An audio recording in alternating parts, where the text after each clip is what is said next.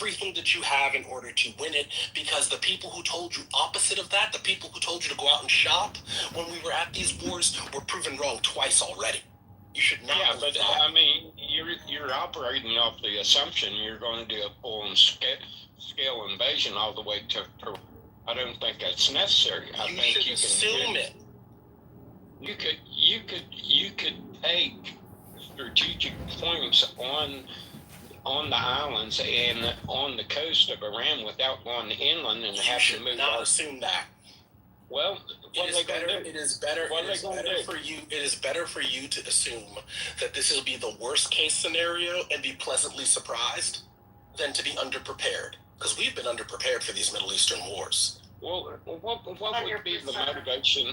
What would be the motivation to expose yourself that way when you could strategically take out what they need to function as a country? Why would you? What military? What general would propose exposing the troops like that without the need to? I don't know. You can't win the war without air power and ground power combined. Anson was perfect on this in the critical thinking forum a couple of weeks ago.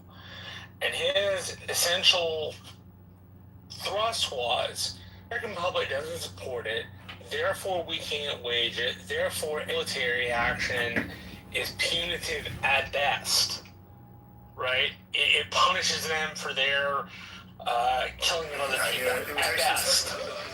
But if you look at what they're strategically been able to do, they've been strategically able to shut down Camp Hormuz, which was open before this happened, and was assumed by the United States Navy to keep it from being shut down, right? That was a very important strategic assumption that no longer exists. It doesn't exist. I listened to a retired general the other day talk about this exact same thing. And his assessment was exactly what I articulated. You don't have to take the entire country of Iran. You can take the strategic islands. You can control part of the coast, which will open the Strait of Hormuz up. Will shut all funding to Iran's government down. Will shut all necessary imports to the country down. You could strategically bomb bridges and power stations and bring them to their knees without having to go inland. You start going inland towards Iran, yeah, you're going to suffer mass casualties. But why do it if it's not necessary? Because if you don't do it, they're just going to attack you. That's exactly right. They'll just attack you from the positions inland. How are they going to attack you? Drones, missiles, truck bombs. Don't forget about those big, huge motherfucking truck bombs, which aren't that hard to deploy. A lot of stuff, drones and stuff through. We shut a bridge down, which essentially crippled their ability to move that stuff into that port city.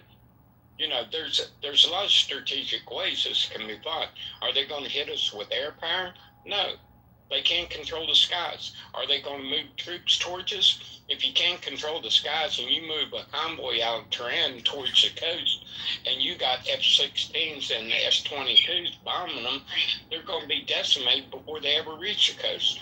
So their only operation strategically, militarily, to impede us taking that is through ballistic missiles or drones. That's it. That's the only card they got to play. They can't move troops because they can't protect the troops as they move down towards the coast. They have no air cover for the troops. Did anyone ever look at Iraq when they was trying to get out of Kuwait? They called it the killing field, where they was trying to move out of Kuwait. They had no way to protect that convoy, and our planes just come through and decimate. It'd be the same thing in Iran. Yeah, it'd be the same thing with Iran trying to move any troops down to help remove us from that area. They move it down, they'd have no air cover, they'd have no way to protect the troops. They'd just be massacred as they come down. Yeah, let them come down. Let them send the tanks. Let them send the troops. They'd just be massacred in the convoy. Plain and simple. Is vowing to retaliate by targeting regional, economical, and electrical infrastructure. And we already know that they've attacked countries that have been supportive to the U.S. war effort. Now, he did an exclusive interview with Axios today, the president did, in which he acknowledged that he's considering a massive escalation of the war. He said he's considering, this is his words, quote, considering a massive attack that would be, quote, bigger than ever before. And he said he is, quote, close to making a decision to restart major combat operations. But as of now, based on what's in the public domain, which could change very quickly, of course, there's been no final order given to restart major combat operations. So he indicated in this interview that the potential military operation would eclipse the scale of previous strikes, including those conducted during Operation Epic Fury. And he claimed, to the Israeli point of all this, that Israel would join the operation, quote, in 2 minutes, close quote, if requested.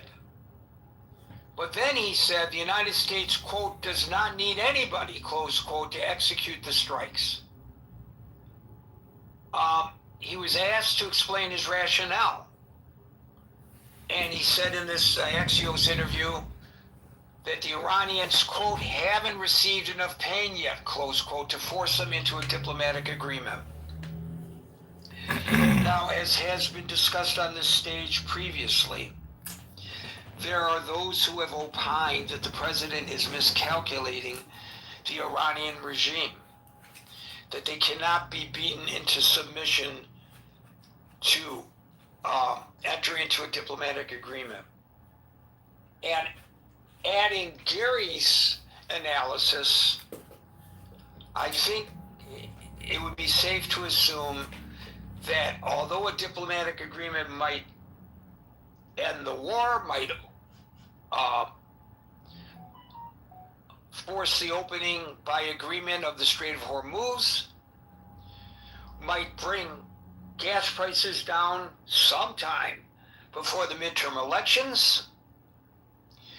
The one thing that we can all say, even as we may collectively breathe a sigh of relief, and I say collectively because the polling shows that this is an extremely unpopular war,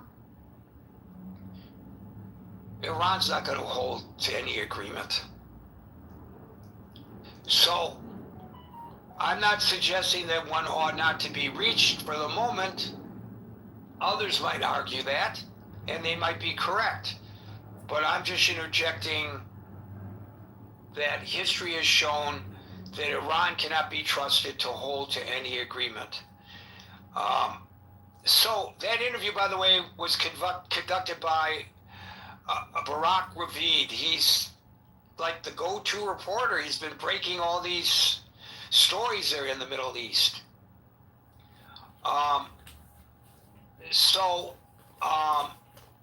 To the Israeli issue, once again, that I was talking about from my sources in Israel, and I mean, it's public knowledge. So when I say my sources, maybe I'm putting too much emphasis on who I'm talking to, but they are my sources and they are in Israel, so it's accurate. But I'm not suggesting that it's exclusive information. Several Israeli cities have opened public bomb shelters in anticipation of a potential Iranian missile response. I mean, I think they've been very fortunate up till now. Excuse me, as you can tell, my voice is giving way a little bit, so that means I expect all of you to talk a lot. They've been fortunate in this latest round of nearly 2 weeks of attacks that the Iranians have not been attacking Israel, but I don't think it's because the Iranians suddenly are having good feelings for the Israelis. It's because they know that there would be a price to pay for that, And for the moment anyway, they are keeping pretty quiet in that direction. I don't think they're too concerned about Bahrain or Oman or any of the other Gulf states that have come under attack. Kuwait suddenly amassing a pan-Arab army and grabbing the Kurds along the way and marching into Iran. But they are concerned about what the Israelis might do, because they know the Israelis have the military might and they're not afraid to use it. Gary, In you spite know of the fact- they don't play with the lion's tail. Yeah. Right. In spite of the fact that anytime Israel moves to defend itself, it's a propaganda loss for the Israelis, which is unfortunate. And the greater unfortunate part about it is that that manifests itself in anti-Semitic attacks increasing against Jews around the world who have absolutely nothing to do with the decisions of the Israeli government. It's just mind-boggling. So with that, I'm going to open it up to you to comment on, it's not a question, it's a fact. Trump threatens to expand the war, oil prices are soaring. I guess the question would be, if there was room to put it up there, what next? What do you think is going to happen next? What would be a good approach by the president? Should he make good on this threat? We know that sometimes he makes these kinds of public pronouncements in the hopes that that will force the enemy to the diplomatic table. But, as we've discussed here, I've used this analogy many times. If you're a police officer and a person has a gun, and you give him a chance to put that gun down, and you say to that guy, put the gun down or I'm going to shoot. If the guy doesn't put the gun down, you better damn well shoot. So that's basically what the president is saying here. And I'm not anticipating that Iran is going to put the gun down. And so, will he shoot or not? I guess it depends on his mood at the moment, because it seems to change. I think he plays good cop and bad cop at the same time, or is trying to play good cop and bad cop. It may be a little bit too much for one person, even the great Donald J. Trump. Alan, followed by Scott.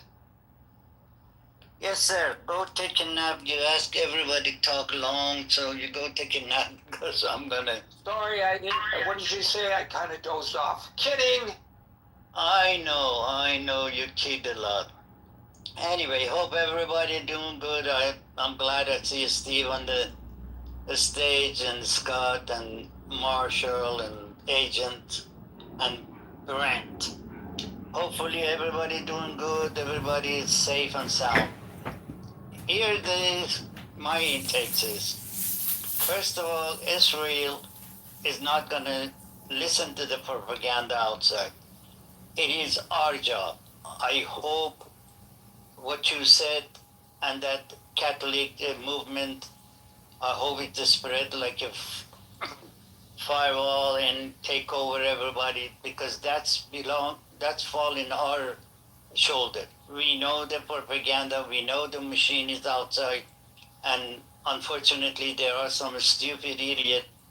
They make an excuse of action of Israel, and then they don't go after the young Jewish people. They go after 70, 80, weak and old one.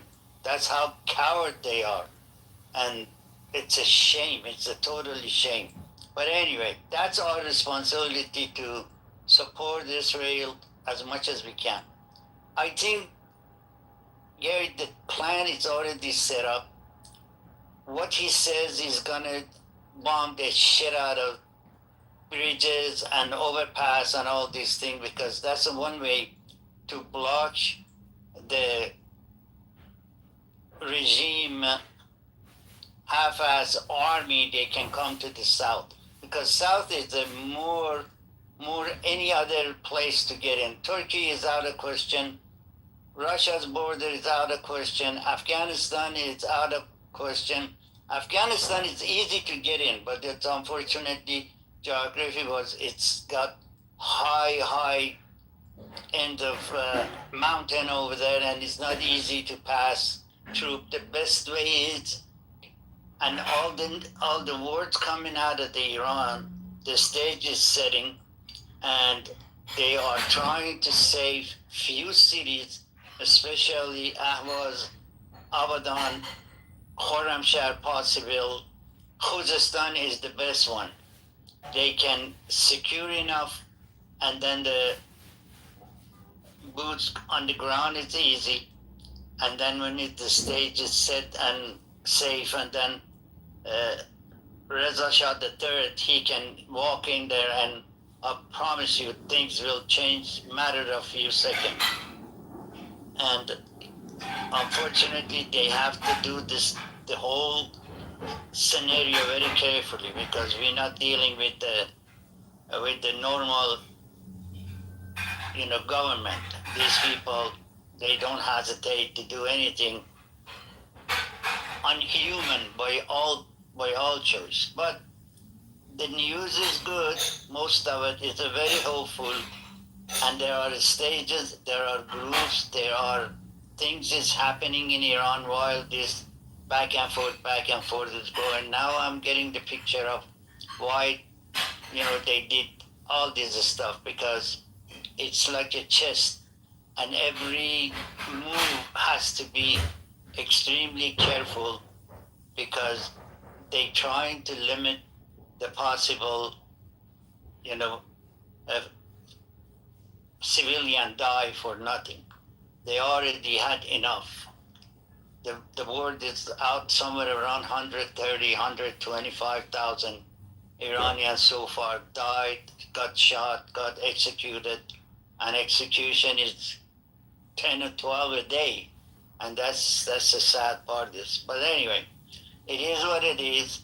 I think the plan is coming together. And now, this time, we will be witness of full cooperation of Israel and United States. And sometimes the word, they have to say this and that. But as I says, I beg everybody, if you see something, it's injustice, and they are hurting any Jewish people, wherever you are, stand up.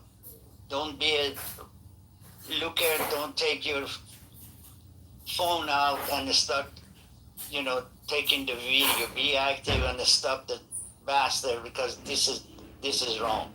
This is totally wrong. The government is do whatever they do, and then you get the individual weak one in some places which, there are stronger Islamic idiot is there. That's the whole thing is. And hopefully this regime die.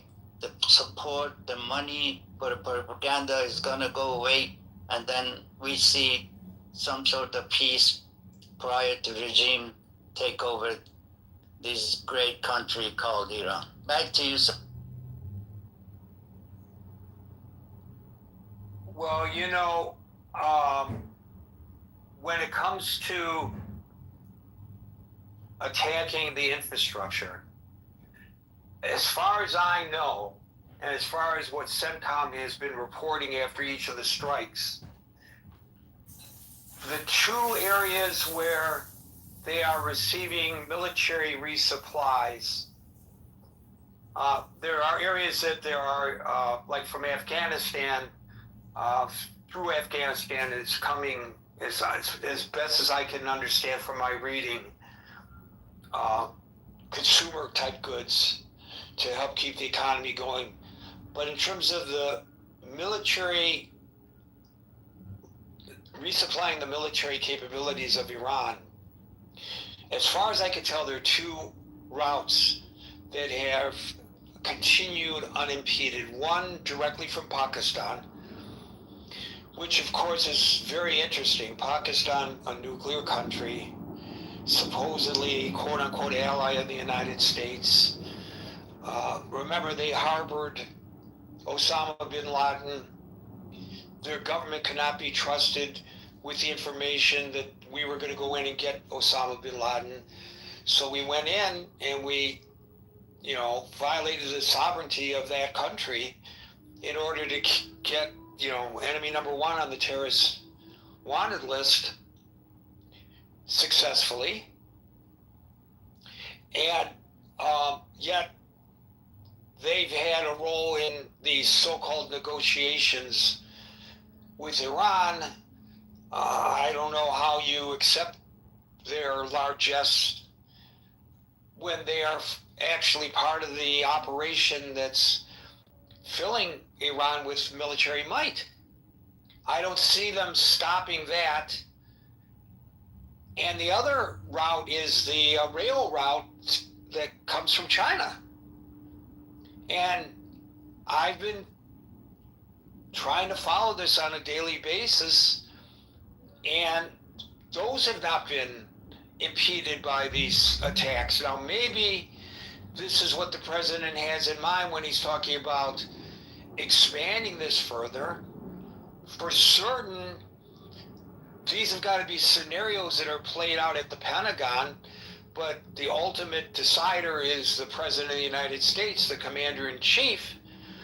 But with your obvious intimate knowledge of the situation in Iran, Alan, why do you suspect that these tactics haven't been used, breaking off the military supplies to Iran? Wouldn't that be what you want to do? That's the whole idea, is to hit the route which these supply is coming. Because the supply, there is no direct train, railroad all the way to China. They bring in with the ship and they go to the south because they have the control of Persian Gulf. They have the control of that. There's no doubt about it. There's nothing hidden. They go in there, and from there they have to take it to hand of most of the army or hidden places. They don't have too many hidden places in the between the Gulf all the way to Tehran or whatever. And that's the only way. Railroad, that's the fastest way to take. They cannot take it with the, semi-truck or whatever. It's too much. And that's what they do. If they break up, there is several bridges from Gulf. If they, for instance, if they're going to go to Tehran, there is several bridges. If those bridges, they get cut off, sources cannot come from north to south. The stuff from south, they cannot go to north. So that's a big interruption in between. And I think that's a big move. And there are other stages has to be set, which I'm sure they're working on it. It's not that they don't work it. And hopefully that. In the past, there's another source. It's because when they made that Khomeini International Airport, there are so many places it's restricted. It's only for the government entering, go and come, and then they can bring a shitload of big plane. I don't know which country has, or US B-52. They are massive, but I don't know if China has it. The only other things is which these breaking of all these bridges. If Russia has a plan to bring things from there, which is easy because they can fill up the shitload of the ship and then go across the Caspian Sea and then come to the port, like a Pahlavi port in the north and a couple other ports. There's one in the city of Gorgon. They can come and then they can load the trucks and bring it to Tehran and, get it to the regime half-ass army. The army it's a very weak, and they already know that. They already know they don't have no backup. They don't. The only thing it is, they are fighting for the money. Nobody is fighting to save them life. Nobody do, because Reza Shah III sending so many messages asking them join the people before it get too late, and they are ready to do it. But right now, as long as the regime has the control and regime bring, well, thanks God they don't have enough money to bring the Palestinian. They don't have the money to bring Al Qaeda or Houthis from Yemen, and they put them on the street and beat the hell out of the people, or force them to get the gun and then go fight for them. This regime is almost done. This regime doesn't have anything. The only thing I think I'm afraid as one, and everybody else should be, is this little bit of nuclear facility and nuclear power they have. If they blow up those, they're gonna infest the whole Middle East and possibly damage some other stuff. Back to Right, I'm glad you mentioned the Caspian Sea. I did not mention it because they're indemnified from military attacks from the United States. The U.S. military is not going to attack Russian assets, bringing in military supplies via the Caspian Sea. However, I will note that there have been several occasions when Iranian Caspian Sea ports have been bombed by the Israelis. But I don't think that they've attacked the Russian ships. They have attacked the ports, but I do not believe they've attacked the ships. I think that's a line that the United States and Israel are not willing to cross, and for obvious reasons. Thank you, Alan. We'll go to Scott, followed by Marshall. Okay, so Gary, what's the question here? I mean, I'm listening to. So I listened to your salvo. I listened to Alan articulate. I mean, so we're commenting on Trump's. So Trump's threatening to wind the war. Is this a good tactic? If he does it, is this gonna be a positive or a negative? No, is he just bloviating? What's going on here? This is gonna be not good. I think this is. I mean, I think a couple things. What's the objective? Right? Is the objective regime change? Okay. I mean, I maybe we could do that with. I mean, that would seem to take a lot of troops. Well, he claims in the interview with Axios that the objective is to bring them to the negotiating table through force.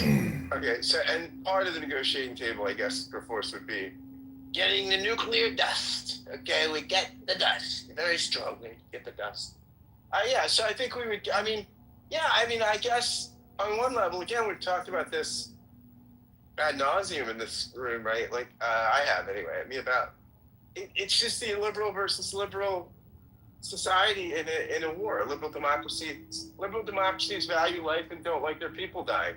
Illiberal theocratic autocracies can afford to spill a lot of blood. So at what point do you bring them to their knees, right? I mean, if you're somebody that doesn't have a concern for the lives of your people, you kill tens of thousands of them when they're unruly. And they can't vote you out, I don't know that we're just going to break their back the way Trump thinks we will. Like, I don't know, or I think that's going to be much more difficult than he thinks it's going to be, right? I mean, so presumably getting them to the negotiating table, I don't know how long. I mean, what it's interesting too, just like what they can do with drones, which is so different than Iraq, right? I mean, the inexpensive nature of drones and how they could be utilized in kind of warfare. I don't know. I think this is not going to go well. I don't imagine that. It's not thought. And this is the Haberman line reporting, the book that's coming out. And Kitover said that the only thing. What happened to your voice? I think we lose him. Can you hear me now? Come back, Scott. Come back. Can you hear me now? Very weak. You sound muffled. Why are you muffled? I just lost that here. Am I better now? Better now? Not Better much. now? All right, here you go. Here you are. Okay. So yeah, I think that according to the Haber and Swan reporting, that basically Netanyahu came in, said this will be a walk in the park. The administration, no one really challenged it except Vance. Vance was going crazy saying this is going to go badly, and Trump apparently said it's going to go great. It's going to go okay. And someone asked him, why do you say that? Because it always does. And so I think he was warned. I mean, Bibi apparently told him, again, if you buy Haberman and Swan, Bibi apparently told him it's going to be a walk in the park. Vance seemed like he thought it wouldn't be, and everybody else kind of went along to get along. And so I think, I think this is going to be messy, and I don't think we're going to get them to their knees anytime soon. I don't think this is going to go well. Yeah. So there you go. Scott, my friend, do you know why they can get it right away? What's that? I said, do you know why we can get it right away? We can get it done real fast. No, I don't know. Well, we all should know. We're not just fighting Iran. We're fighting China. We're fighting Russia. We're fighting French. We're fighting. We was fighting the British, but thanks God they changed. Now these new prime minister or whoever it is, it's totally against the regime. And now you hear him now. There are other people we have to consider. That's it. Not gonna happen right away. So that's.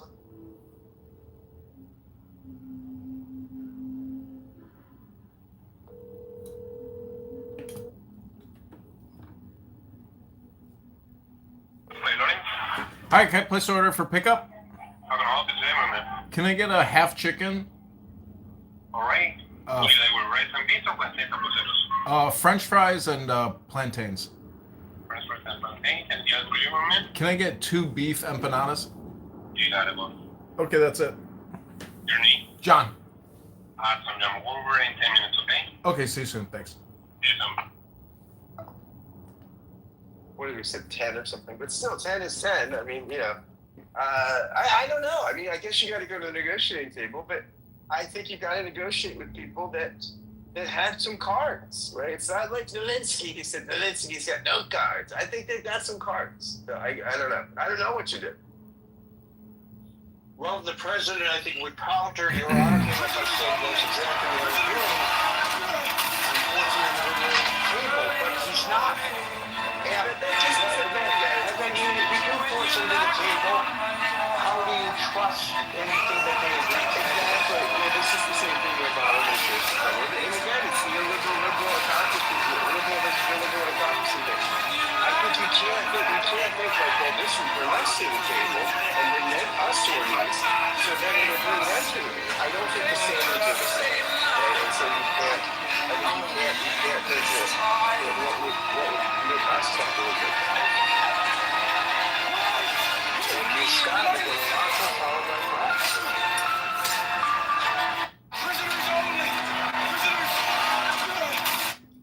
Marshall. Hey, Gary. Brett followed by Steve. Can you hear me? Yes, now we can. Okay, sorry, I was in a rainstorm. Getting out of it. All right. He's out of the rainstorm, ladies and gentlemen. I don't know whether he'll escalate the war or not. It doesn't seem like there's much for us to do. I mean, I wish Anson were here to give his advice, but he's given his advice pretty much ad nauseum, which is, if you don't have the public support and you're not willing to fight and win a war, you probably shouldn't do it in the first place.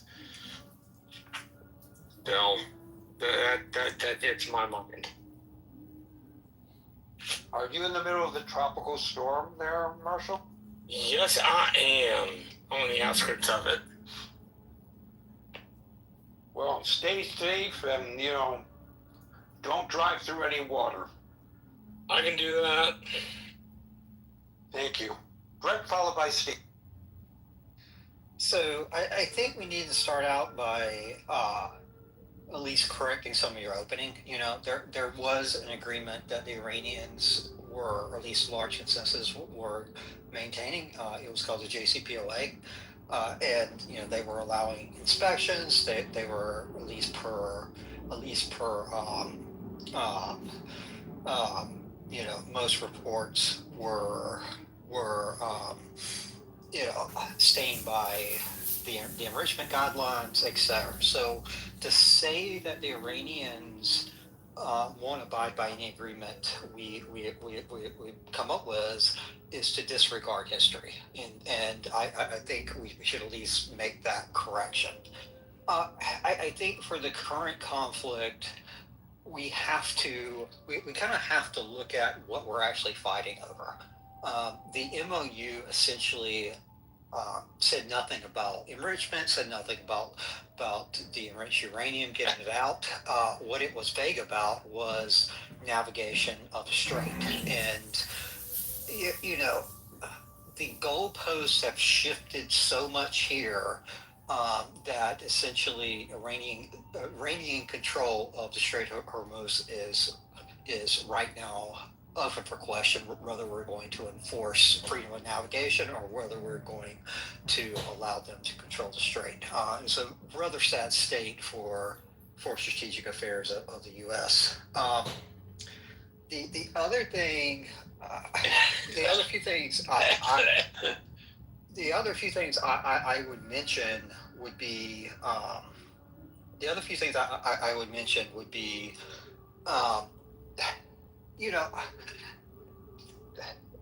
this conflict and the fall of the regime have been prognosticated over and over again by those who have been hawkish on this conflict. The reality is, typically when you do an air campaign against a regime, you create a rally behind the flag effect. You create more sympathy for the people in charge.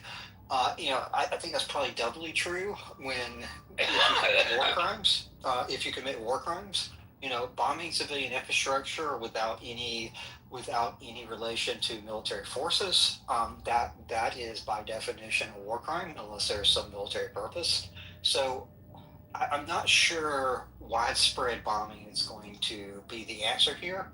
I think the only really military solution is likely a ground invasion of at least the southern portion of Iran. And I don't think that's feasible. So I think we're in a very weak position. Hey, Brent, hold on just a second. Gary, your mic is left open. I don't think you intended it to be. Thank you. I'm obviously a little bit under the weather. You don't want to hear me coughing. I appreciate you bringing it to my. So Brent, were you finished? Yes, I was. Okay, I think to claim that it's a mischaracterization of history is in fact a mischaracterization. Yes, there were aspects of the JCPOA that the Iranians adhered to, and when the president ripped it up, they felt unencumbered, and so all the benefits of the JCPOA that they were adhering to were suddenly dissipating. That's true. But let's not forget that in early 2018, Israeli intelligence seized a secret atomic archive from a warehouse in Tehran. And the documents prove that Iran had systematically preserved its historical nuclear weapons blueprints and engineering files. And then that resulted in an IAEA investigation. And the inspectors ended up testing these locations that the Iranians had hidden from them in violation of the JCPOA, 3 locations. And at those 3 locations, the IAEA discovered man-made uranium particles and then concluded that Iran had failed to declare the nuclear material and activities, which was a direct violation of the non-proliferation safeguards of the JCPOA. So there were structural omissions, there were lies, there was obfuscating, and I stand by my comment that they cannot be trusted to adhere to an agreement. Now, we may be better off with an agreement, and arguably the world was better off during that period of the JCPOA, but to say that they abided by the agreement, no, they didn't. Yes, there were some aspects that they abided by, but that doesn't mean that they followed through on the agreement in total.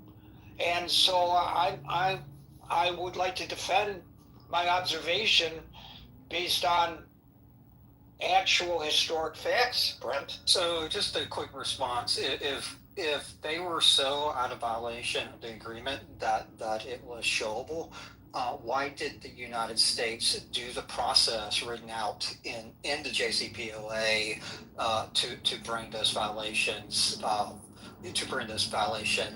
to light? Instead, what we did is we removed ourselves, despite advocacy of people like McMaster's and others in the National Security Council that were advocating that they're largely in compliance with them. We removed ourselves universal. Like if this evidence was there and this case was being made, the JCPOA had a diplomatic solution in which you could bring that evidence first to kind of a corporate board within the JCPOA and then up to the Security Council to show that they were in violation, and the United States did not opt to show that evidence and show they were in violation. I do not see how your response is directly correlated to the comment I made.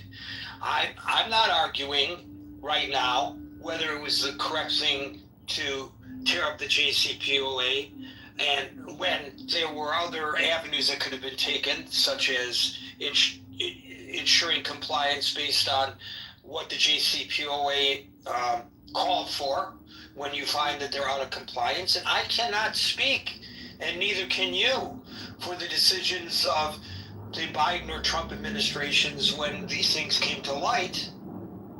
But I think it's irrefutable that regardless of whether the response was the proper or the best to the situation, they violated the JCPOA. You can't say that they didn't. I can, because what I'm saying is the Trump administration had an opportunity within the JCPOA framework to bring up any disputes like this, and they did not. What they did is... So you're denying the facts as I presented them? I presented false information? I'm not denying the facts. I'm just pointing out... The facts that I presented are that the Iranians violated the JCPOA. I'm just pointing out the obvious fact and the historical fact of the way that the Trump administration withdrew, even though there were structures within the JCPOA to essentially put Iran into non-compliance with the JCPOA, which they did not use because, frankly, I don't think the facts you stated are as slam dunk as you think they are. But that's... Well, they are slam dunk because it's true what I just said.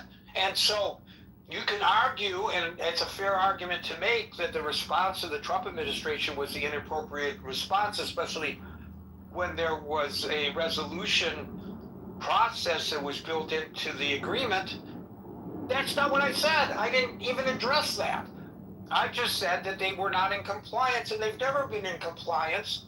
And then you argue something that's related, but it's not directly responsive to the point that I made, and you say, aha, I proved your response inaccurate while telling me that what I said was accurate. That's really interesting how you did that, Brent. Very interesting. It was accurate, but then again, it wasn't. That's exactly what you said. Steve, followed by Agent. Well, to kind of dovetail into that conversation, Gary, I think with any person, nation, or any group, the first thing you have to assess is what is their belief system and what is the motivation behind it. Now, when it comes to Iran, I think we have a pretty clear track record of what their motivation is: the destabilization of Lebanon and of Syria, the support for the Houthis in Yemen, and the continual perpetuation of chaos within the Middle East.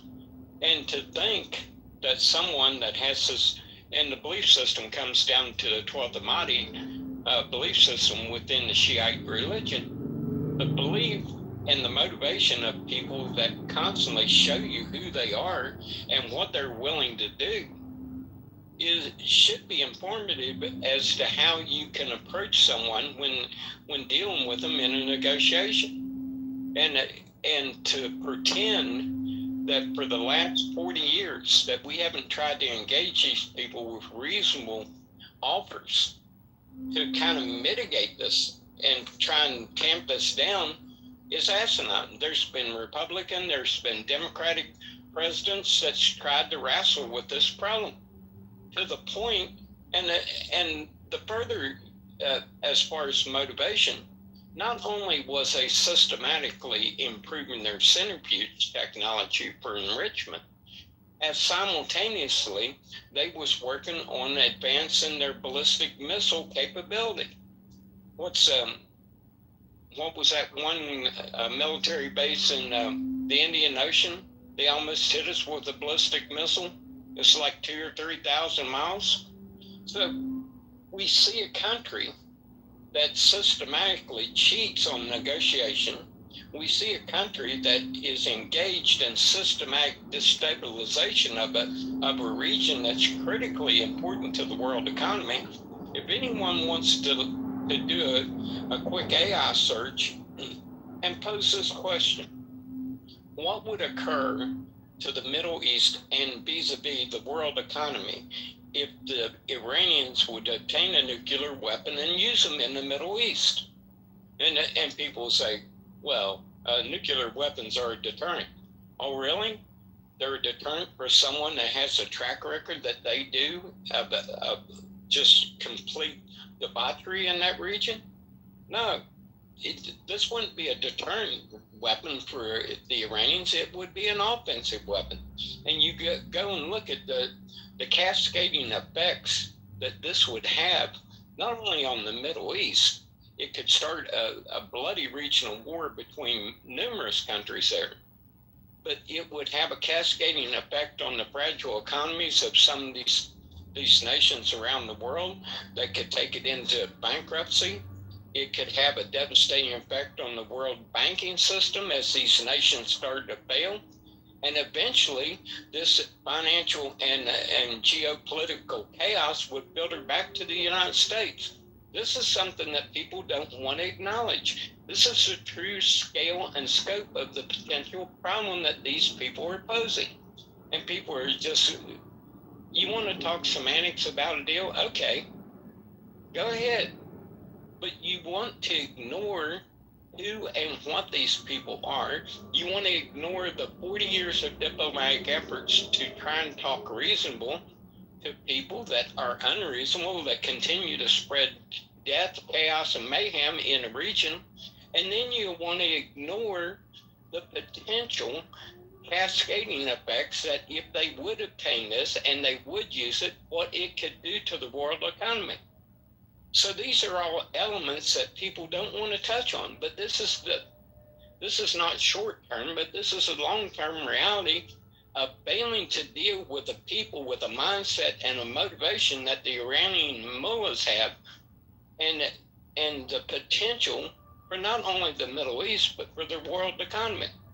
So when you look at it realistically, what choices do you have here? This is a festering problem that, if left unanswered, will eventually have effects that's going to be detrimental. So what do? Hit them where you got to hit them, make life as bad as you can for them, and force them to their knees. Obviously, this is the only motivation they understand. And I'll leave it there. Thank you, Steve. And you were referring to Diego Garcia. It's a joint U.S. British military base island, highly restricted in the Indian Ocean. And there were concerns, and there are concerns about Iran's development of missile capabilities that can reach that far. Thank you, Steve. Agent, followed by Dave. Yeah, hi, Gary. Well, as I mentioned before, I think, you know, when you boil it all down, the business of the U.S. is going to war. And, you know, it could be the last one. This could be the end for at least the global empire. They may have to retreat back into simply a Western Hemisphere kind of empire. But yeah, I do think we're heading to boots on the ground. It's just simply inevitable with what who the Iranian regime is. It's fair to say that we've had a regime change already, but the next guys up weren't as cooperative as we hoped. We didn't have a regime change. Regime change implicitly implies getting somebody that you want. We didn't get somebody we wanted. Right. I think we got someone worse, and these are the real hardliners. And now, you know, I don't see this really. I mean, there is just capitulating and throwing up, going back and letting Israel try to sort this out for the next however long. But that's just going to kick the can down the road, because as things get crazy, U.S. will just be drawn back into it. So I don't know. It's not good. This is going to go on for a while until, I think until Iran is completely neutralized in the sense of interfering with the rest of the world's economy. And they're pretty dug in. They're obviously very strategically located. So, you know, we know where this is heading. We can kind of predict it. And I think whoever you elect, a Democrat or whatever, is just kicking the can down the road, because there's no one. You're not going to get a Mandami level of let's totally be as supportive as we can of the IRGC and the Iranian regime. That's just not going to happen in the U.S. You're going to get various flavors of half-assing things, delaying things, or actually be willing to confront things. But one way or another, it's going to have to be confronted. And I think the U.S. is the only power strong enough to do it in the region. So I don't know. I think that's how it's going to go. Or the U.S. empire is just going to.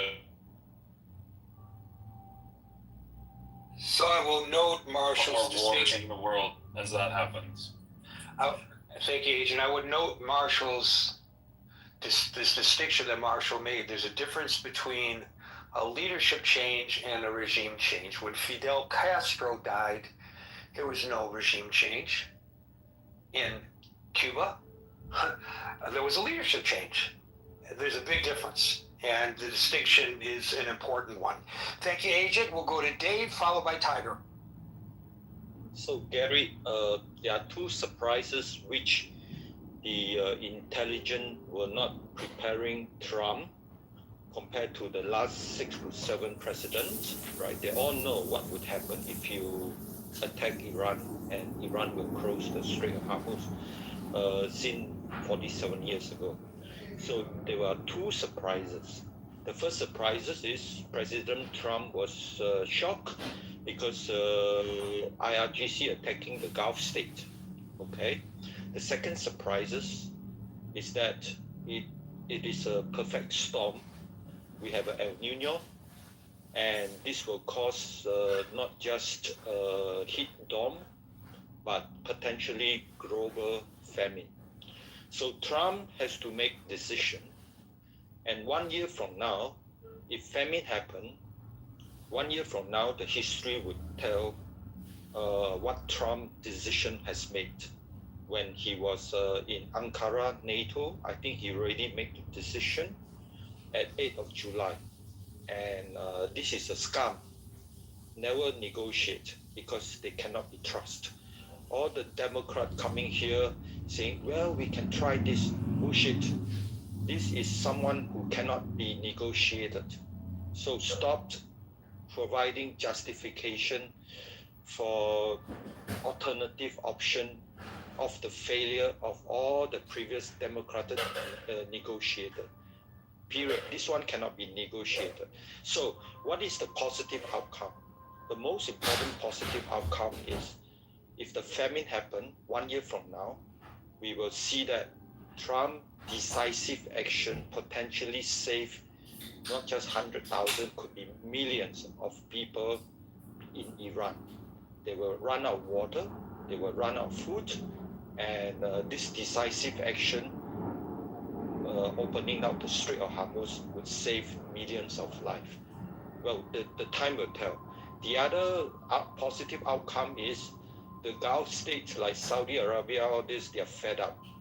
Behind the scene, they say, please finish the job. And what is a positive outcome? Abrahamic Accord. And Saudi already, in exchange for nuclear civilian arrangement, Saudi will sign Abraham Accord. That would be a titanic shift in the Middle East peace. So any other excuse like, petroleum, we don't want war, all these are enemy, adversary, indoctrinating, all this idea to prevent America from saving potentially millions of lives in Iran. And I heard what Alan said, totally agree.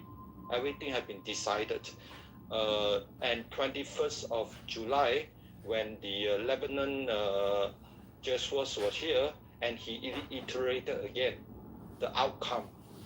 There will be more nations joining Abraham Accord.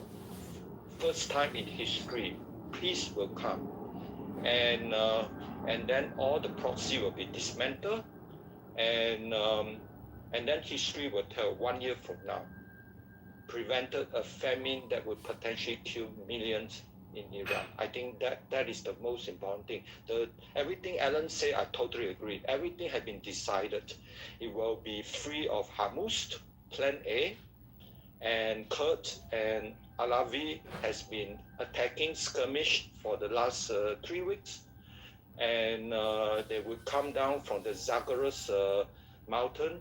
Hopefully the bridge is not too far this time, not like the Second World War. They will come and meet the invasion coming from the east side of the Strait of Hormuz, and will permanently free Strait of Hormuz. If Plan B lucky, then will be liberation of Tehran. Everything has been planned. Israel has been planned. All the news, all the information be leaking, just like what you say, Gary. They're all consistent. Positive outcome. Oh boy, there are two things that you said that I'm having difficulty following your logic. And I'm presuming if I'm having difficulty, then probably other people are as well. So I want to try to suss out what you said. You made a point of criticizing the previous Democratic administrations for not holding Iran's feet to the fire. But I think that since the hostage crisis in Iran, there were at least two administrations, or there were two administrations that were Republican, and both of them had the name Bush. So why do you single out the Democrats for what you see as failed policy toward Iran, and you indemnify the Republicans? I think basically Trump has the biggest ball to take the risk. The Republican may not see the risk so clearly as him, and most of the Democrats involved are negotiators for the nuclear arrangement, and they try to defend why they did not fail. So most of the argument is why they did not fail. All the Democrats advisor, they are now doing, all they are doing is, we did not fail. And so this is why I'm criticizing the Democrat side. Seems to me that your argumentation is strictly partisan in nature with regard to that, but that's fine. You answer the question. The other thing that I find interesting is she said, you know, this president is going to prove his worth because he's going to force the reopening of the Strait of Hormuz. But wasn't it his actions that resulted in the closing of the Strait of Hormuz? Seems to me that you're suggesting that if I'm a volunteer firefighter and I set my neighbor's house on fire and then I respond to the alarm and put that fire out and save my neighbors, I'm a hero. I'm not the perpetrator, I'm the hero. How can you credit the president for resolving a crisis that he created? There are 50,000, as he claimed, died during the January uprising, and you have to decide whether you intervene or not to prevent 50,000, like what Ellen said, probably have gone up to 130,000, but the official number came from Trump is 52,000, and it's not just U.S. Both. Then where are you pulling 100 and some odd thousand as your guesstimate? It's Ellen, the one who said that. But official number from Trump is 52,000. So February 28, Israel and U.S. decided to intervene, and it's in response to knowing that this regime, they would not hesitate to double, triple, quadruple the number of people died. But is that answering my question? I didn't ask you about the people who died and whether there ought to have been a response. I'm asking you a question based on something that you said.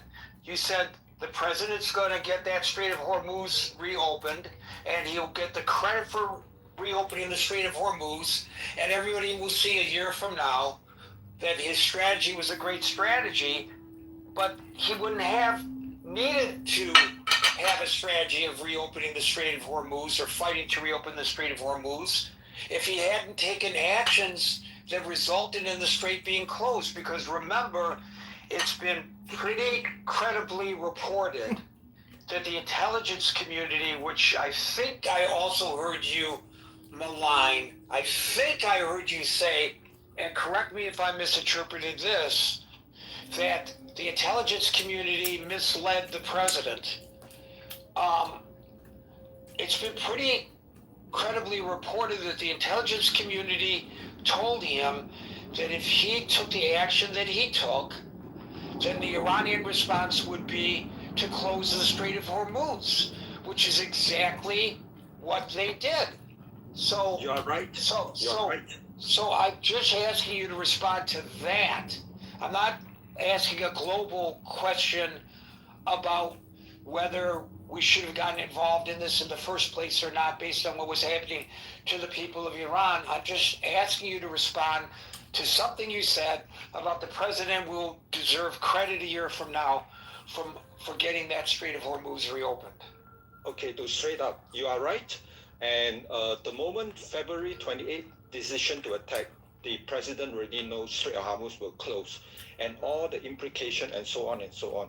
The surprise is he did not expect Iran to attack other Muslim Gulf state country. That is the surprise number one. No, our war game plan said they would. Through the United States War College and the United States Army War College, they both said they would. Surprises. President Trump publicly expressed. President Trump can publicly express surprise all he wants. They told him that because they've wargamed this for the last 40 years. In order to win, we had to assume 75% of Iran's equipment simply didn't work. Isn't Marshall just like the biggest little like obnoxious bitch in his communication style? So to move on to the second point, and exactly, just ignores us. It is El Nino. Nobody expect to come in the middle of this crisis, and many experts already know. Beside heat dome, we are talking about famine. So, if famine really happened very badly, and the people can calculate how many people in Iran will suffer, then 1 year from now, the decisive action which President Trump may take in coming days to week would just save millions of lives. Wow. Okay, again, creating a problem, and I'm not saying that the action shouldn't have been taken. Creating a problem, and then coming in and resolving the problem that you created. Shut up, Marshall! That, I can do that all day. I That's what could Gary go does to all work day. today, and I could break some equipment that's essential to our job, and everybody's going, "What's happened to the equipment? Oh my God, we need this!" And because I broke it, I know where the repair needs to be made, so I go there and I make the repair, and then suddenly, hey, Gary's the hero. He fixed the problem, but he created the problem. And I think that's pretty consistent in your argumentation, Dave. Last try. The problem had been created 47 years ago when French led us. No, it hadn't. Prior to Trump starting the war, the strait was navigable, meaning oil ships could go through it with no disruption. After Trump started the fight, oil ships could not go through it without disruption. There's before and there's after, and there's nothing in between. And you need to account for that because you're not. Okay, the question is, if Trump don't go in February 28th, 1 year later, Iran has all the point. Right. We've heard It's they're not doing the atomic point. This is the weapons point. every 10 years for the last 30 years. We get some sort of intelligence that says that. Every 10 years for the last 30 years, oh my gosh, they're going to get a bomb. And every American president, because we war gamed this out, was smart enough to go, nah, that's not a really good idea. We probably shouldn't do that. So here's the thing that I have a problem with. I want to just go on the record here, and I thank you, Dave, for your contribution. I do. But I just want to point out, when I challenge a caller, it's not because I'm trying to argue against their basic point of view. I'm just trying to keep things as accurate as possible. Oh, I see. Maybe it's my training. This is what I do as an editor. What do we know? We report what we know, but we don't report what we don't know. And we certainly don't report things that are contrary to what we do know. Oh. And so the caller and a previous caller as well made statements that are factually inaccurate and then backed up the factual inaccuracies by talking about something else that is related to the discussion but not answering the question. This would never go in a court of law. As I point out, this is not a court of law. This is a court of law! This is a court of law! I guess you're not obligated, as I point out in my opening salvo, to respond. But for me, and I think for Marshall, because he's the one that expresses his frustration, probably Alan and Steve and Scott and Abby as well, but they don't express it. We find it very frustrating when we ask about one thing and people answer another. The question was about the opening of the Strait of Hormuz after ignoring the intel that told him that it would be closed. Can't even remember what the hell Dave was talking about anymore, can you? There and opening it, and a year from now, That's being not hailed the as a hero point! for reopening the Strait of Hormuz. And then the caller says, but if we hadn't have gone in, this But would the have happened, caller and that said- would the have happened, caller and the said- massacres would have been greater. I didn't ask about the massacres. I didn't make a point about whether we should or shouldn't go in. Maybe you should, to save Gary. the Iranian people. Maybe you should. That wasn't the context of the question. And that's why we get Callers down in this back and forth, which, by the way, is frustrating to the people who are waiting in queue. They want to get back to the topic. So please try your level best, folks, to stay on the topic. If you're asked a question about A, don't talk about B. You don't have to answer the question, or, counter the question by expanding your point, that's fine, but don't bring in other things that are not related to the question that was asked. Both Dave and Brent did that today. And as a moderator, not because I agree or disagree with a person's position, I'm not arguing that Dave is wrong, that had we not done anything, the massacres would have been greater. I'm not arguing that. That wasn't the point. I hope everybody understands what I'm saying here. And in the interest of moving it along, we'll go to Tiger, followed by Amir. Oh wow, I already got a thumb down from Howard. Anyway, so if we look at the positions of both sides of this war, where's the biggest gulf in their negotiation process? And no pun intended. The biggest gulf is that Iran insists that it needs to maintain the right to toll the passage of the ships through the Gulf, the Strait of Hormuz, as a form of reparation to the war damages that is caused by the United States and the coalition. The United States will not allow Iran to do that because it is giving Iran too much leverage as an influence in the region. With that said, right, let's consider what are the options on the table. Does the United States actually have an option to go into a full-scale war against Iran? And my answer at this moment is no. So first of all, if we look at some evidence, in China we have somebody that's been tracking U.S. troop movement in the region, and the current deployment level in the region is about 10K U.S. troops, mostly on the west side of the theater, closer to Israel, in Syria, I think. Which is far less than what is required for any landing operation in Iran. The estimated required number of troops for that would be somewhere around 100K. And if we're talking about a full-scale invasion with possible occupation afterwards, the estimate could go as much as 1 million troops in Iran.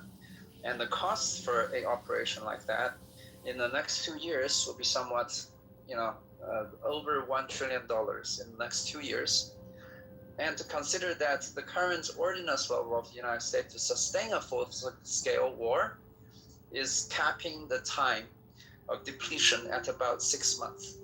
In order for U.S. to actually engage in this full-scale war, it needs to ramp up production of all the ordinances in a very short amount of time, which takes a lot of money and basically will transition the U.S. economy into a wartime economy. I think a few days ago we talked about the difficulties of the United States to manufacture something as basic as 155 millimeter shells. That's not a realistic option, right? So what is the likely option? Because we know that probably the United States is not willing to let Iran take control of the Strait of Hormuz, which is the status quo right now. They have effective control over it because their projectiles can threaten passage of ships. And short of a complete toppling of the government or a capitulation on the negotiations, this is not going to change. So the only middle option that the United States have is, as the title suggests, to expand the war by striking more of the infrastructure and hoping that that is enough to bring Iran onto the negotiation table in a position of weakness so they will accept the United States terms. What are the likely targets that the United States can strike on the Iran territory right now? The biggest port that Iran has is the port of Abbas. It has 5, roads leading to it, 5 highways, which the United States have already bombed 3 of them, but it has not completely disabled the logistic network. Other than that, this is second-hand information I got from a Chinese analysis.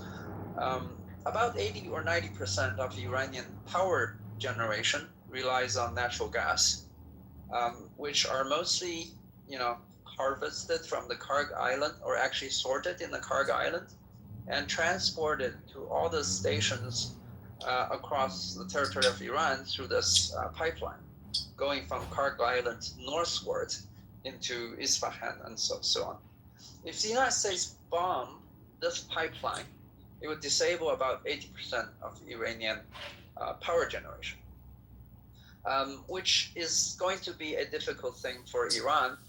But our analysis suggests that this is not enough to stop Iran from having enough capacity to inflict real damage on U.S. assets in the network.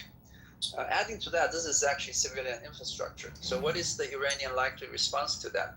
It will be the targeting of power generation and desalination plants across the region, most likely in Saudi Arabia and Qatar and neighboring countries. Because for it to actually hit Israel is a possibility, but the success rate would be lower. So what we're looking at potentially is the result of this middle option being a further escalation of oil prices, and we haven't even factored in the blockade of the Strait of Aden by Houthis, which will actually require more U.S. intervention in itself. It's going to cause massive inflation. We're probably looking at global economy having a huge tsunami of stoppages and shortages and possibly famines, like somebody else has already pointed out.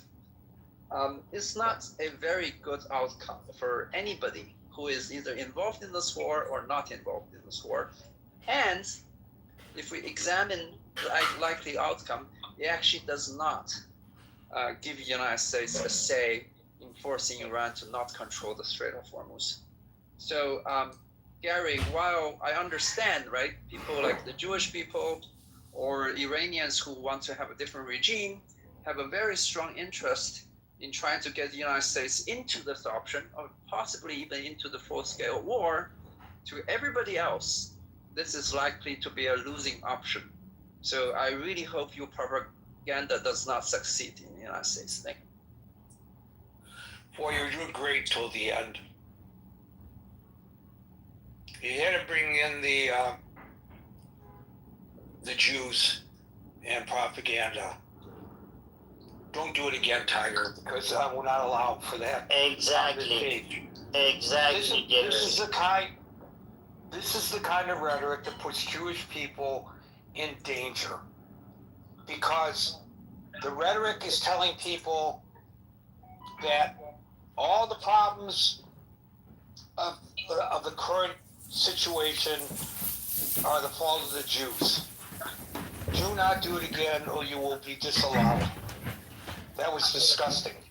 Gotcha. How can a person say everybody is benefiting out of this if the United States and Israel stay back? What kind of benefit they get? Just milking Iranian blood for nothing? What is this guy is talking about? But it is open. It's a free country. He has title to his opinion, but he can pack his opinion, and you know where he can. Yeah, I just don't allow that kind of discourse here. He had a great analysis of the situation, pretty intellectual, very well spoken, and then he has to throw that nonsense in. And I'm going to call it out anytime I hear it, here or elsewhere, like I had to do on Facebook just before I came in here today, because I was complaining about anti-Semitic attacks in New York, and people came back at me about genocide. That's exactly the point. The people are using what they claim to be genocide, and they have the right to that opinion.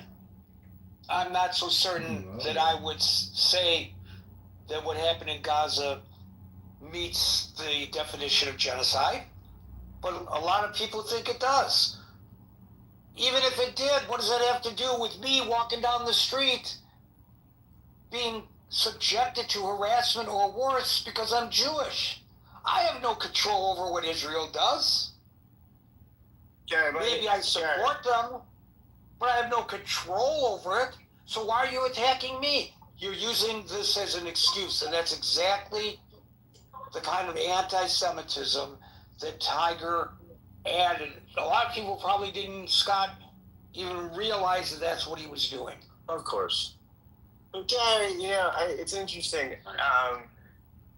The death toll in the war in Gaza, on the Gaza side, about 70,000 folks.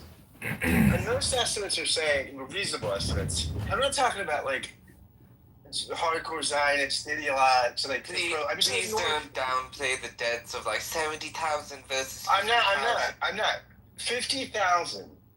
We're combating. Folks are Is that not enough? Is that not enough for you? Would you like to have more? 50,000. Your 50 turn, Edwin. 50,000 are combatants. So 20,000 non-combatants. Okay? More than 200,000. More than 200. So this is one of the lowest non-combatant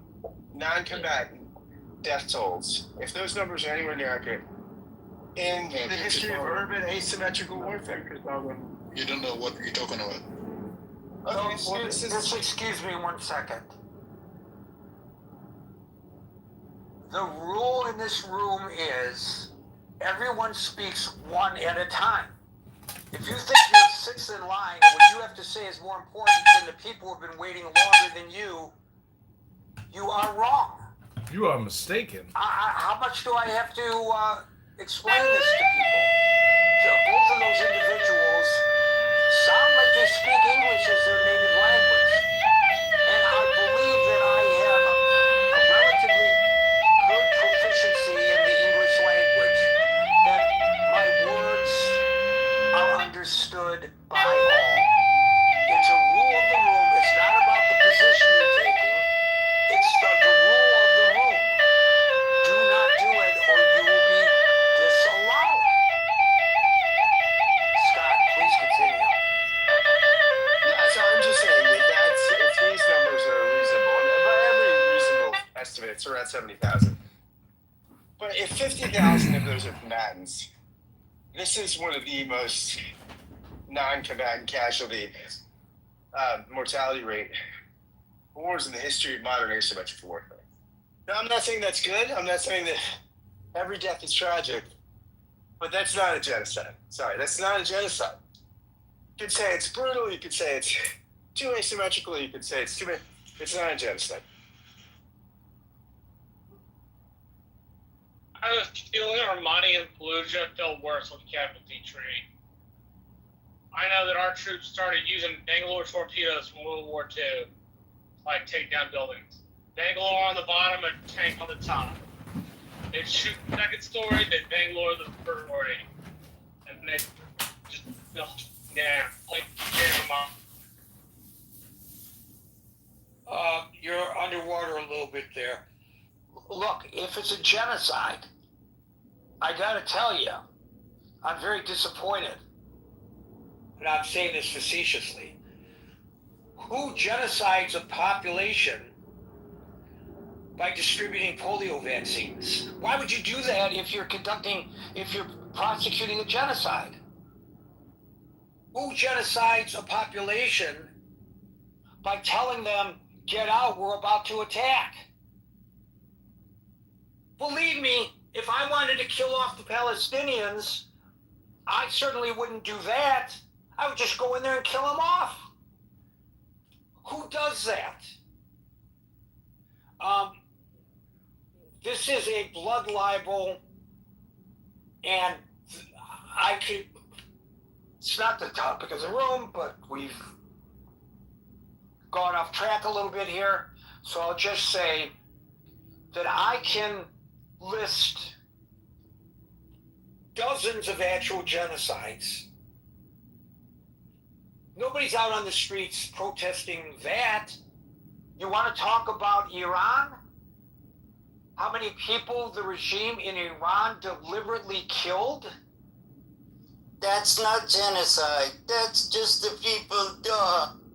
Right. Who's protesting that? No one. Well, why? Yeah, I know why. They're not Jewish. Only Jews should be allowed to do genocide, Gary. That's right. Only Jews can commit Really, genocide. we're only. Okay.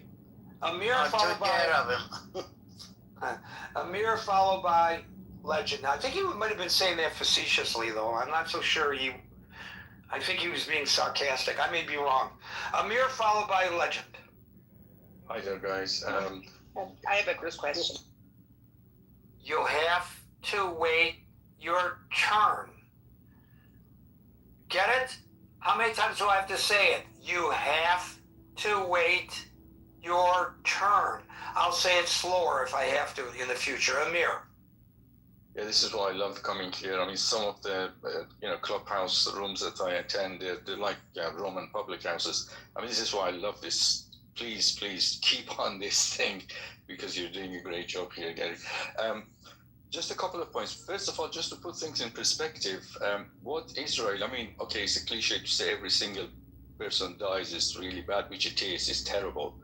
But just to put things in perspective, what the number of people that have been killed in Gaza over 2 years, Islamic Republic managed to do it over 2 days.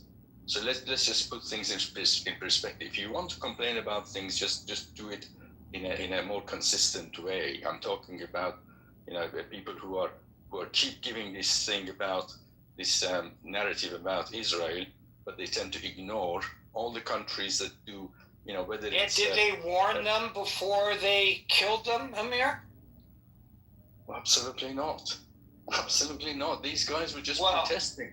They just came out just to beg the very basics in life, the very basic human rights, and they were gunned down with machine gun. So where is this, this massive left propaganda?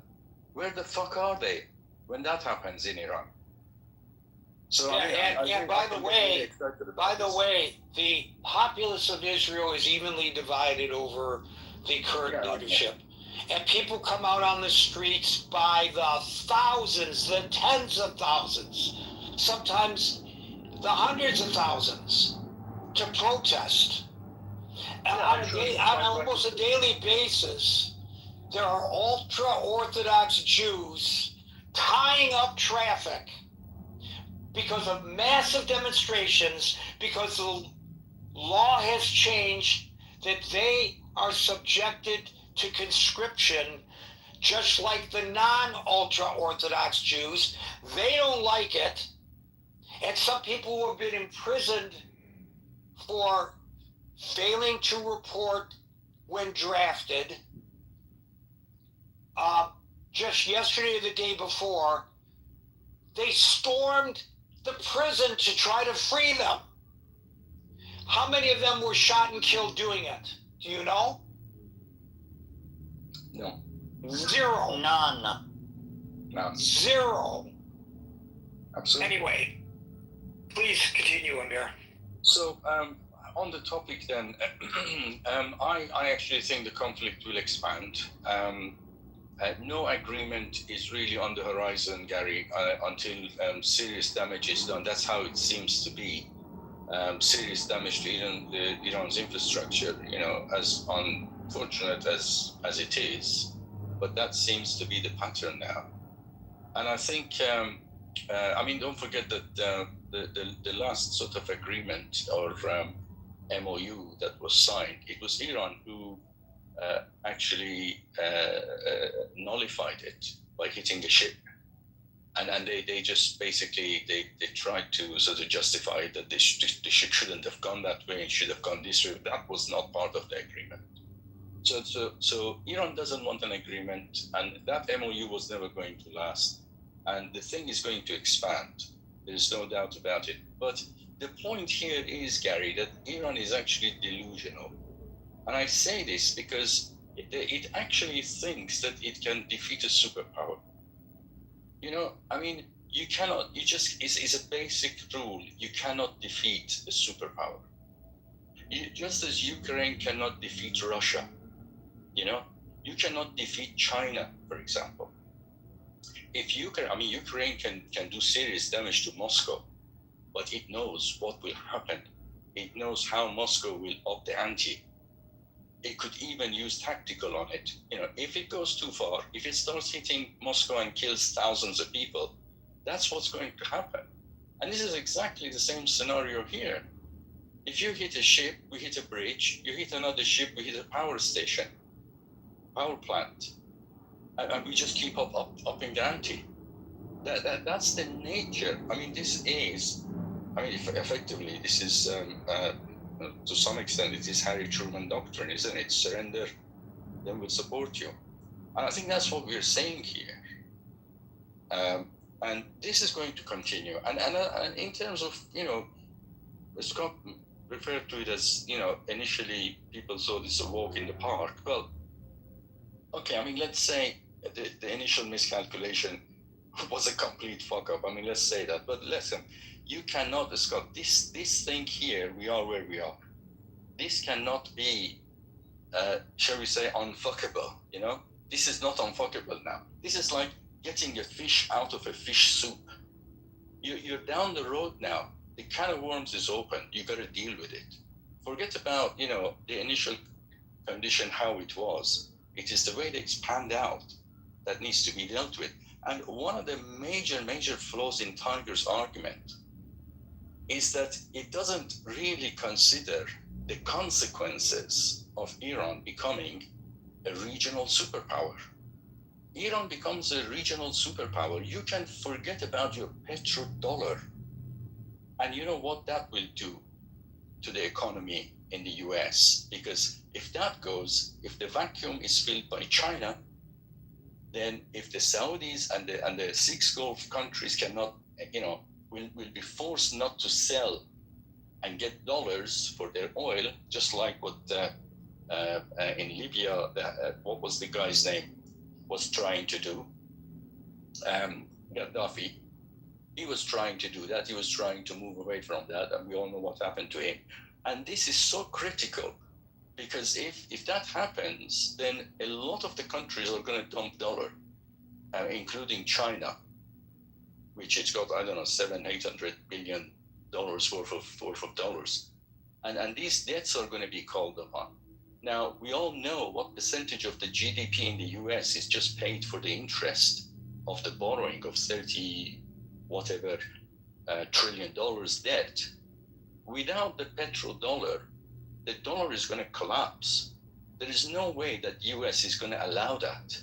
So forget about this idea that Iran could become a regional superpower, because the consequences of that are unimaginable in terms of just the economy for the US. And I'm not just scaremongering here. You can just ask the experts on this. What would happen if the petrodollar was compromised? So one other thing that I'd just like to make, and that is, that's what you made a comment about this, Gary. I don't know really why anybody would think that Trump didn't know about the blocking of the Strait of Hormuz. Iran has been talking about that for decades, officially threatening to do this. So this was the first obvious thing that they would do. And just imagine, just laying mines to close the strait is not at all difficult. You can use simple vessels like a fishing boat to lay mines, and they'd already threatened it. So I can't accept that Trump did not know that was going to happen. How he's going to deal with it is what we're going to have to see. But I am betting you he will up the ante every time. This is Truman's doctrine, and it will continue. And I just hope it doesn't get to what Harry Truman had to do. I just hope that it doesn't get there, and I'll leave it there. Thank you. Thank you, Amir. Amir, I'm going to organize a protest. I want you to come and join me, or organize one in your community to free the Masalit people in Sudan. Free the Masalit. Now, of course, if there are genocides going on in this world, we know about them and we're out protesting. So I don't need to tell people what's happening to the Masalit people in the Darfur region of Sudan. I'm sure everybody knows about this, where there's widespread ethnic massacres, there are mass graves, and systematic sexual violence documented. Not in Gaza, by the way, Sudan. Free the Masalit. Are you going to join me, Amir? I'm sure we could get hundreds of thousands of people on the college campuses to come out and march for those people who are being massacred in a real genocide in Sudan. I'm sure we could do it, Amir. I'm sure there's an appetite to do that. I'll join you if you can get Mandani on board. Yeah. Of all people, right? Mamdani, why aren't you fighting for the people of Sudan?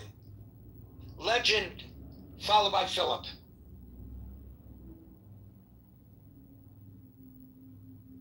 Legend. Legend. Philip. Legend. Philip, followed by Andrew. Here I There am. you are. I'm Legend. here. No, he's here. I'm here. All right, so the topic threatens to expand war and oil prices soar.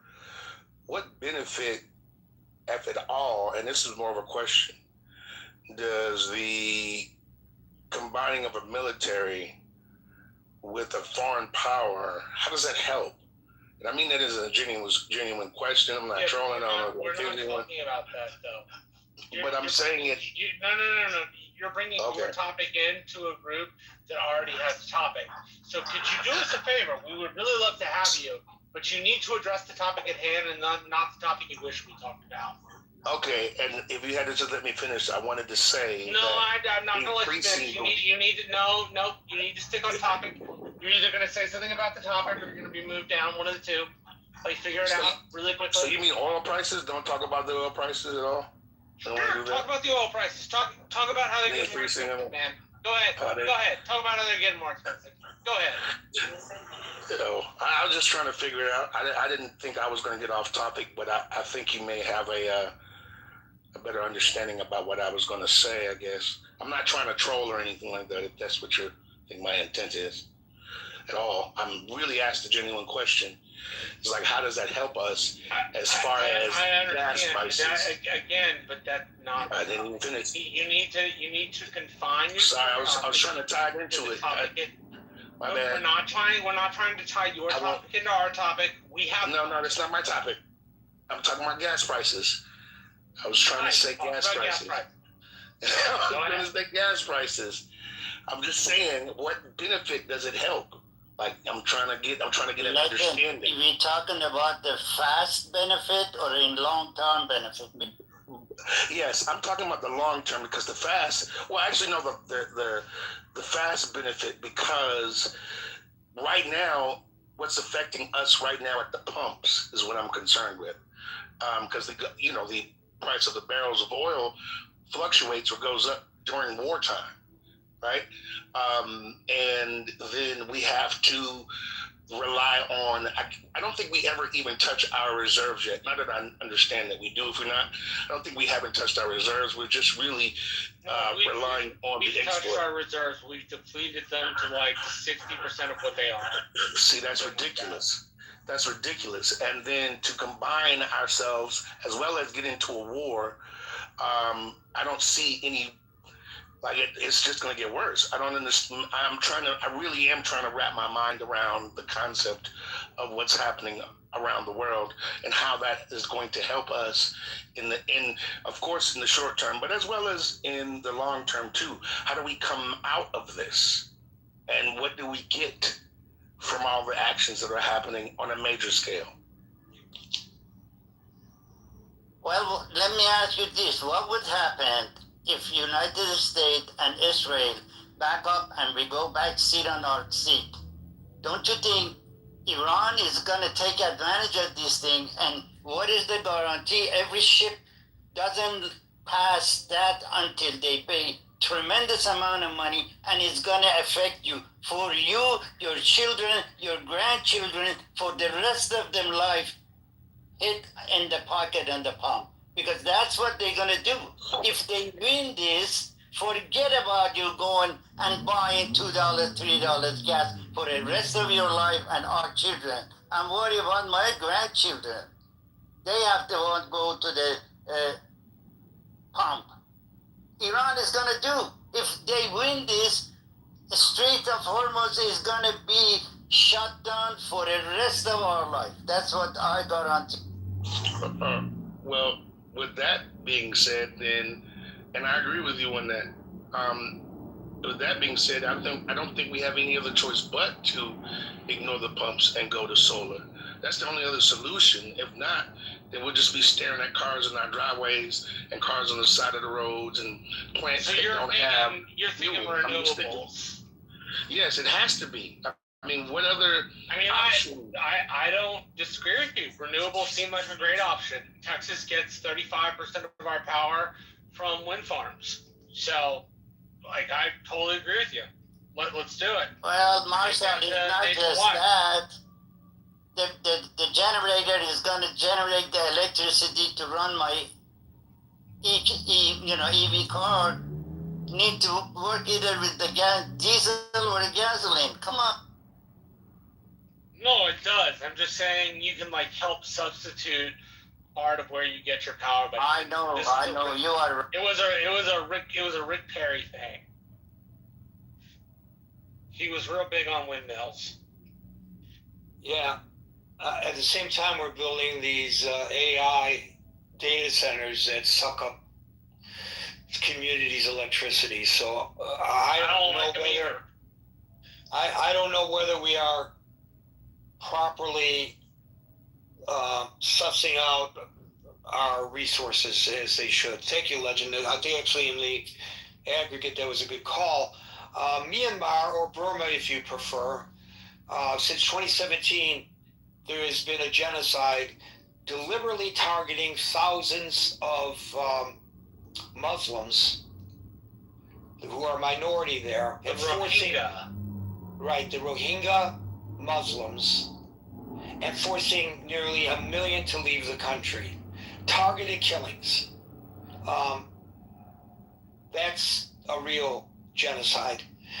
Thank you, Legend. We go to Philip, followed by Andrew. Gary, don't forget about the Christian genocide in Nigeria. But I think progressives don't get incensed because it's Christians. You know? I'm going to get to China in a minute, too. I hope Tiger is still here. Since he was so quick to talk about Israeli and Jewish propaganda. Philip, followed by Andrew. Thank you, and hi, Gary and everybody. Yeah, your room tonight for me is a real roller coaster ride, and I agree with Legend. This war is having a massive impact on energy prices, which translates to food prices all over the planet, and there's money being taken out of already poor people's livelihoods exactly due to this. I think I hope the war does not escalate. I think even if you take out the Iranian regime, it's so fractured and it's so easy for even a small splinter group to close the Strait of Hormuz. So it's not easy to keep that open if you don't have a kind of a united people. And I don't think, you're going to achieve anything through violence, because violence begets violence. And it's not only violence in terms of bombs raining down, it's violence in terms of the way that some people portray others as the scum of the earth, That's not. How do we prevent the violence, Philip? Well, as Pope Leo had just recently again said, we have to denuclearize in terms of military weapons. Not only Iran, the globe. There should be global denuclearization. So we have to be. So we have to be Eisenhower and Reagan all at the same time. Atoms for peace and total denuclearization. Yes. Interesting. I mean, who's using nuclear weapons at the moment? And I mean, earlier somebody talked about Russia having all the power and now nobody can defeat a superpower. I don't think that's completely true. I'm sure Putin 4 years ago didn't think that bombs or drones or missiles are going to be raining down on the infrastructure around Moscow. Right, but drones are not nuclear weapons. No. So nobody has been using, thank God, nuclear weapons. So my question was not how do we prevent an escalation from conventional weaponry to unconventional weaponry. My question to you was how do we stop the violence? If we've tried negotiating in the past and we've tried again and again, and if we fail, we have to try again. We have to try and negotiate peaceful solutions to this war on all sides. And again, that involves developing some kind of compassion, which many people, even in this room, does not seem to be able to do. And then just Sorry, let me ask you something real quick. What about a Chamberlain moment where your intention is peace, but their intention is disruption and war, and you ignore it to your own detriment? What about that? How do you prevent that? How do you prevent that from happening? Well, I live in South Africa. I'm a white guy in a rural area on a farm. Hey man, you're talking to another white guy in another rural area on another farm. You are 100% good. Don't you even worry. I am working towards, peace. I'm collaborating with all of our neighbors in this area to work on peaceful solutions, and we're collaborating on stuff. That does not mean that I am not willing to protect myself and my family in my own home. If somebody invades my own home, then definitely they are in trouble. I think we need a new book of rules. We are living at different times than 2,000 years ago. And those rules need to be able to enforce. So be strong where necessary and peaceful where always applicable. Exactly. And always in every situation negotiate. All right, Philip, if you want to sit down on the table and negotiate with me, and I'm planning to kill you, how can you negotiate with me? Well, I'll try and sit around the table where you are not able to kill me. Maybe I won't even negotiate with you yourself. And I mean, that's of course the problem. Yeah, so that falls because back who on do you this. negotiate with, And then the last thing that I want to say is that not everybody in Iran are terrible people wanting total destruction and annihilation. Most people just want to live in peace. And if one can get, enough of those people to not to stand up against the regime and be killed in their thousands. But of course, that's why it's a difficult situation. The people are fundamentalists religiously, and of course that's part of the problem. So changing that has to also be part of the solution. We need a new book of rules that's appropriate for these times. And well, when you write that book, send me a copy and I'll review it for you. Because I don't think anybody's come up with a new book of rules when it comes to dealing with a fundamentalist regime like the Iranian regime. I think you're absolutely right. We're not talking about the people of Iran. We're talking about the regime. Ethiopia. They've used forced starvation in the Tigray region, mass ethnic-based detentions, conflict-related sexual violence against civilians. Ethiopia. Where's the outrage? Where are the marches? No Jews, no news. And followed by Stan. I'm sorry, Andrew followed by Ann. Thanks, Gary. I thought maybe you were getting in line with Mr. Trump and boycotting my hockey sticks here. We never do that. Yeah, right. Just tariff them 50%, whatever. Yeah, I think this is a very difficult situation for the United States.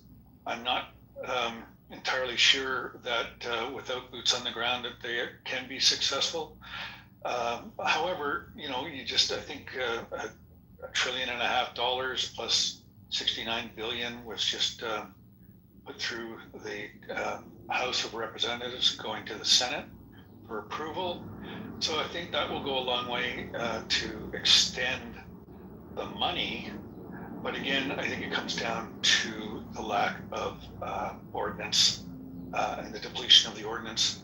I think that's what Iran is banking on, that there'll be such a depletion, unless it's just a massive bombardment right now. But without boots on the ground, I really don't see this evolving to factory end. It's totally, unfortunately, it's a quagmire. It's a difficult position to be in, and you know, you're backed into a corner almost, because if you retreat now, how are you going? You know, the straits are still closed, and if you don't have total control of that country, then you're going to have to maintain some kind of escorting through the straits, because you can just pot shot through there. That's not a large area. And as long as you have a population willing to do that and has the material to do that, then, you know, the United States, I think, is going to have to escort many of these vessels through. But it's pretty hard to do that when they're raining down with missiles right now. But yeah, I don't envy Donald Trump at this particular point in time. Will it escalate? Probably. Like I said, there's a lot of money now there, but for how long, that remains to be seen. So, yeah, good grief. Thank you. Thank you, Andrew. China, and we've had the Prime Minister of Turkestan in exile on this show several times. The Uyghurs, they're Muslims, and other Turkic minorities are subjected to genocide in China. There's a mass internment camp system for Muslims. There's forced labor. There's intrusive digital surveillance. Well, that's true about everyone who lives in China. There's state-mandated sterilization. State-mandated sterilization. The Israelis are missing the boat. If you sterilize everybody, then you can wipe out all the Palestinians without dropping a bomb. State-mandated sterilization aimed at eroding the group's cultural and demographic identity. We've documented it all right here. That's a genocide.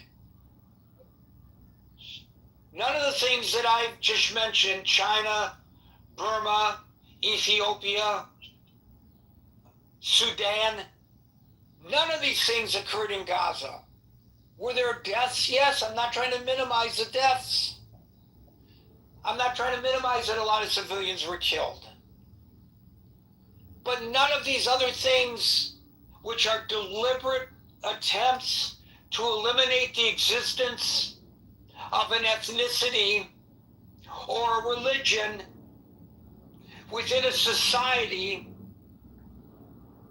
is what's going on in Gaza. And one can argue that the Israeli response to the constant attacks by Iran's proxies, and most notably the October 7th attacks, was unjustified. I would not agree, but I wouldn't stop somebody from making that argument. But genocide, just because people keep saying genocide, genocide, genocide, genocide, doesn't make it true. And again, even if it were true, what does that have to do? What does that have to do, even if it were true, with Jewish people living their life in the diaspora? What do they have to do with the decisions made by Israel? Since Iran, which we know is a terrorist state, which we know has caused the deaths since its inception of more than 1,000 American citizens,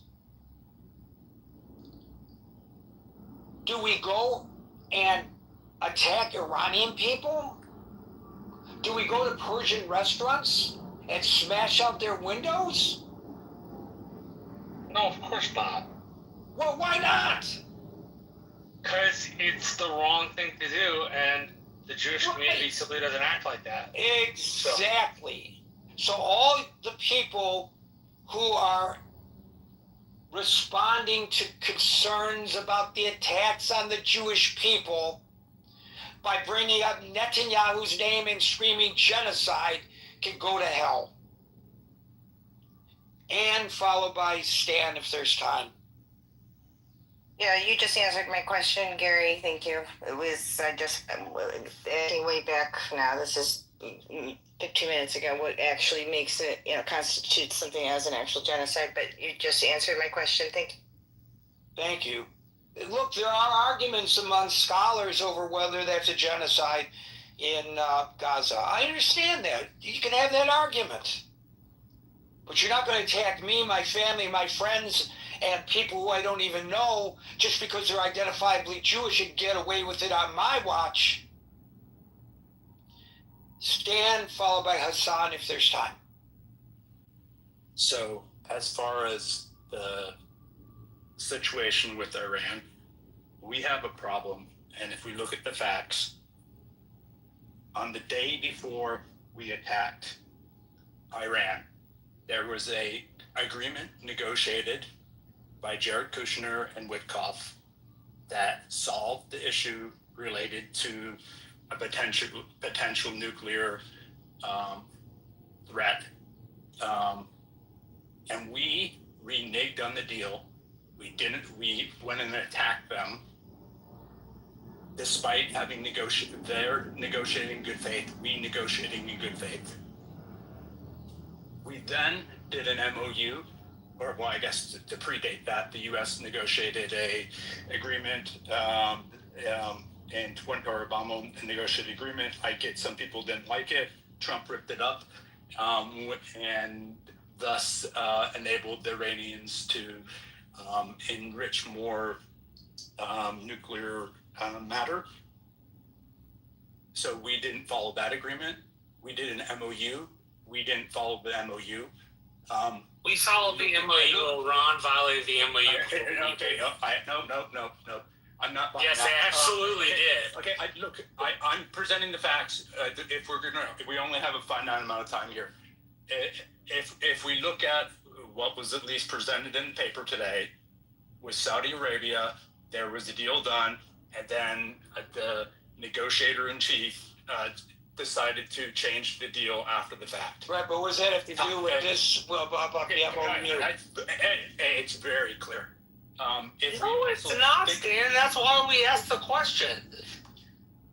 Okay, let me finish. So Stan, I'm gonna because of the time stop you, and because Abby is late to the table, I have to give her an opportunity. But I just want to tell you, there are arguments to be made about who broke the MOU, and you don't know, and I don't know for sure 100%. But if you listen to what the United States says,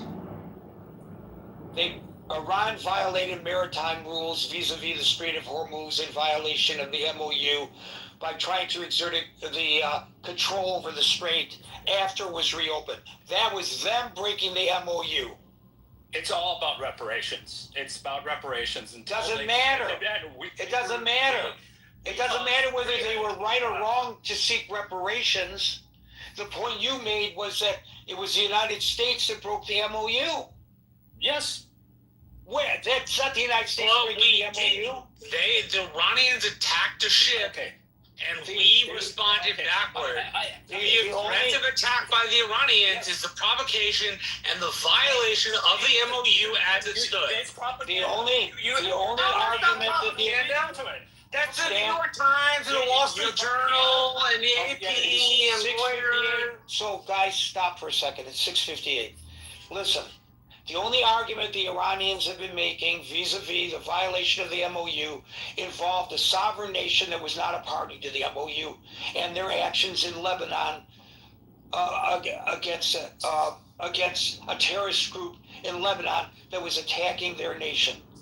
That's their argument. There's many more arguments. That was their argument, Stan. Look, that was their argument, Stan. Abby, you've got a minute and a half. I'm just going to quickly, I came up because I wanted to segue when you were talking about the accusation of genocide and what is happening with dragging Jewish people in the United States into this. That I don't know if you talked about this in the room, but there was a stabbing in the Upper East Side today. This is a day after Mandani has decided to share his blood libel of a Jewish man going to synagogue. So I just came up to share that, if you haven't talked about that yet. But it highlights exactly what you just said, Gary, that there is ramifications for spreading blood libels. And we saw it 24 hours after Mandani spoke. Okay, so I was aware of the stabbing, but I wasn't aware of the circumstances surrounding it. But here's what the reporting says. A Jewish man was stabbed Thursday afternoon on Manhattan's Upper West Side along with one other victim in what was potentially a hate crime. Commissioner Tisch writes that the suspect yelled Allah Akbar during both attacks. Genocide. Great. Start protecting 1.3 million Jews who live in New York City. Mamdani, you were elected to protect everyone in your city. Folks, we're here Monday through Friday at 5 o'clock New York time. So until 5 o'clock New York time tomorrow for the next edition of the Critical Thinking Forum, everybody be safe, be well, and peace out.